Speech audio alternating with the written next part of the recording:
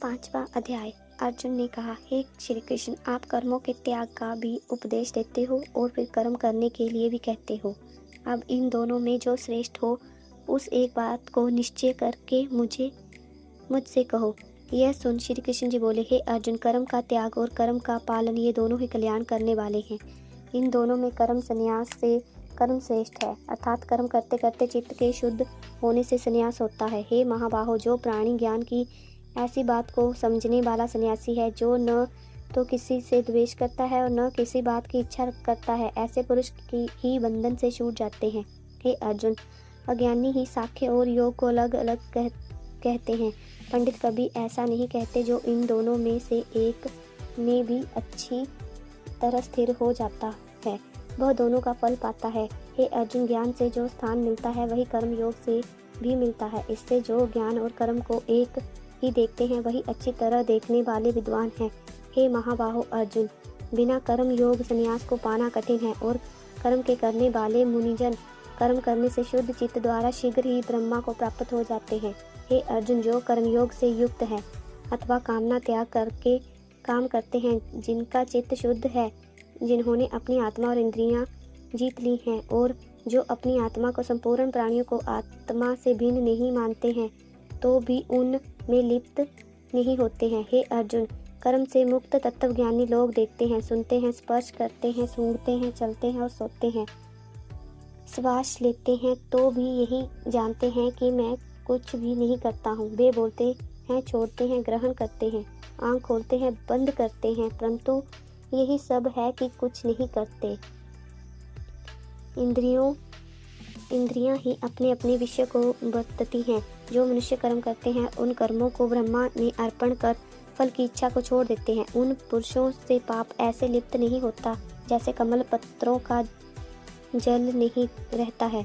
हे अर्जुन, शरीर, मन, बुद्धि और केवल इंद्रियों से योगीजन फल की कामना को छोड़कर कर्म करते हैं। जो कर्म करना चित्त शुद्धि के लिए है, जो फल की कामना को छोड़ कर्म करने में तत्पर रहता है, वह ईश्वर में निष्ठा रूप शांति को पाता है। और जो ईश्वर में विमुख है और फल की कामना में मन लगाकर काम करता है, वही कर्म से बंधा हुआ है। जो जितेंद्रिय पुरुष इन 9 इंद्रियों से युक्त देह में मन से संपूर्ण काम को त्याग कर सुख पूर्वक रहते हैं, वे अहंकार के न होने से स्वयं कोई काम नहीं करते हैं और ममता के अभाव से भी किसी और कुछ नहीं कराते हैं। परमात्मा इस जीव के न कर्तापन और न कर्म फल और न कर्म योग के संयोग को बनाता है। इन सब काम की प्रवृत्ति कराने वाली प्रकृति है, अर्थात जीव अपने जन्म के कर्मानुसार कर्म करने लगता है। हे अर्जुन, ईश्वर किसी के पुण्य और पाप को ग्रहण नहीं करता है। इस जीव का अज्ञान ने ढाक रखा है। इसी से अज्ञानी जीव मोह में फंसकर ईश्वर में विषय दृष्टि रखते हैं। हे अर्जुन, जिनका यह विषम अज्ञान आत्मज्ञान से नष्ट हो गया है, उनको वह सूर्य के समान प्रकाश करता है और अंधकार रूप सब दुख सुख को मिला देता है। उस परमात्मा ही में जिनकी बुद्धि है और उसी में जिनकी निष्ठा है और उसी में जो तत्पर हैं, उसी परमात्मा की कृपा से ज्ञान द्वारा जिनके पाप नष्ट हो गए हैं, वे इस संसार में फिर जन्म नहीं लेते हैं। जो विद्वान हैं वे विद्या और विनय से संपन्न ब्राह्मण में गो, हाथी आदि में कुत्ता और चंडाल में आत्मा को समान दृष्टि से देखते हैं, अर्थात अपने और उनमें कोई भेद नहीं मानते हैं। जिनका मन समानता में स्थिर है, अर्थात जो सबको समान दृष्टि से देखते हैं, उन्होंने संसार को जीत लिया है, क्योंकि ब्रह्मा दोष रहित और समान है। इससे ऐसे जन इसमें स्थिर हो जाते हैं। हे अर्जुन, जो बली वस्तु पाकर प्रसन्न नहीं होते हैं और बुरी वस्तु को पाकर शोक नहीं करते हैं, ऐसी स्थिर बुद्धि वाले ज्ञानी ब्रह्मा देवता ब्रह्मा में स्थिर रहते हैं और बाह्य इंद्रियों के रूप साधी विषय में आसक्त नहीं है। हे आत्मा, परम शांति रूप सुख का अनुभव करते हैं और इस शांति से ब्रह्मा योग में अपनी आत्मा लगाकर समाधि द्वारा अक्षय सुख का अनुभव करते हैं। हे अर्जुन, जो रूप रसादि इंद्रियों के भोग हैं, वे दुख के मूल कारण हैं। ये भोग पैदा होते हैं और मिट जाते हैं। इससे विवेकी जन विषयों में रमण नहीं करते। जो मनुष्य जब तक शरीर में शक्ति रहे तब तक काम क्रोध के वेगों को जीत लेता है, वही संसार में योगी है और वही सुखी है, क्योंकि पुरुषार्थ घटने पर तो सभी के काम क्रोध घट जाते हैं। हे अर्जुन, जो अपनी आत्मा ही में सुख का अनुभव करता है और जो अपने अंत कारण के आत्मा संबंधी ज्ञान से प्रकाशित है, वही योगी ब्रह्मा रूप होकर निर्वाण पद को प्राप्त हो जाता है।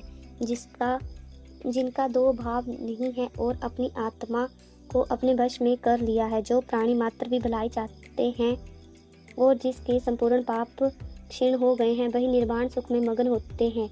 जो काम क्रोध से रहित हो गए हैं, संयम पूर्वक रहते हैं, जिन्होंने अपना मन वशीभूत कर रखा है और जो आत्म तत्व को जानते हैं, उनके सब और ब्रह्मा सुख वर्तमान रहता है। रूप रसादि इंद्रियों ने बाह्य विश्व को बाहर करके और नेत्रों में भ्रुकुटी का ध्यान कर प्राण और अपान वायु को समान कर कुंभक प्राणायाम करें।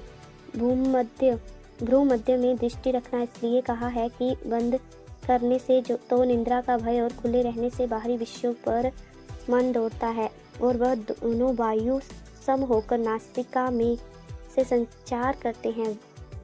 वह प्राणी जिसमें अपनी इंद्रियां मन बुद्धि को जीत लिया है, सो मोक्ष ही का आश्रय लिए रहता है। जिनके इच्छा डर क्रोध भी नहीं, वह सदा जीव मुक्त है। संपूर्ण यज्ञ और तप का पालन करने वाला, सब लोगों का ईश्वर, भूत प्राणियों का मित्र, मुझको जानते हैं, वह सुख पाते हैं।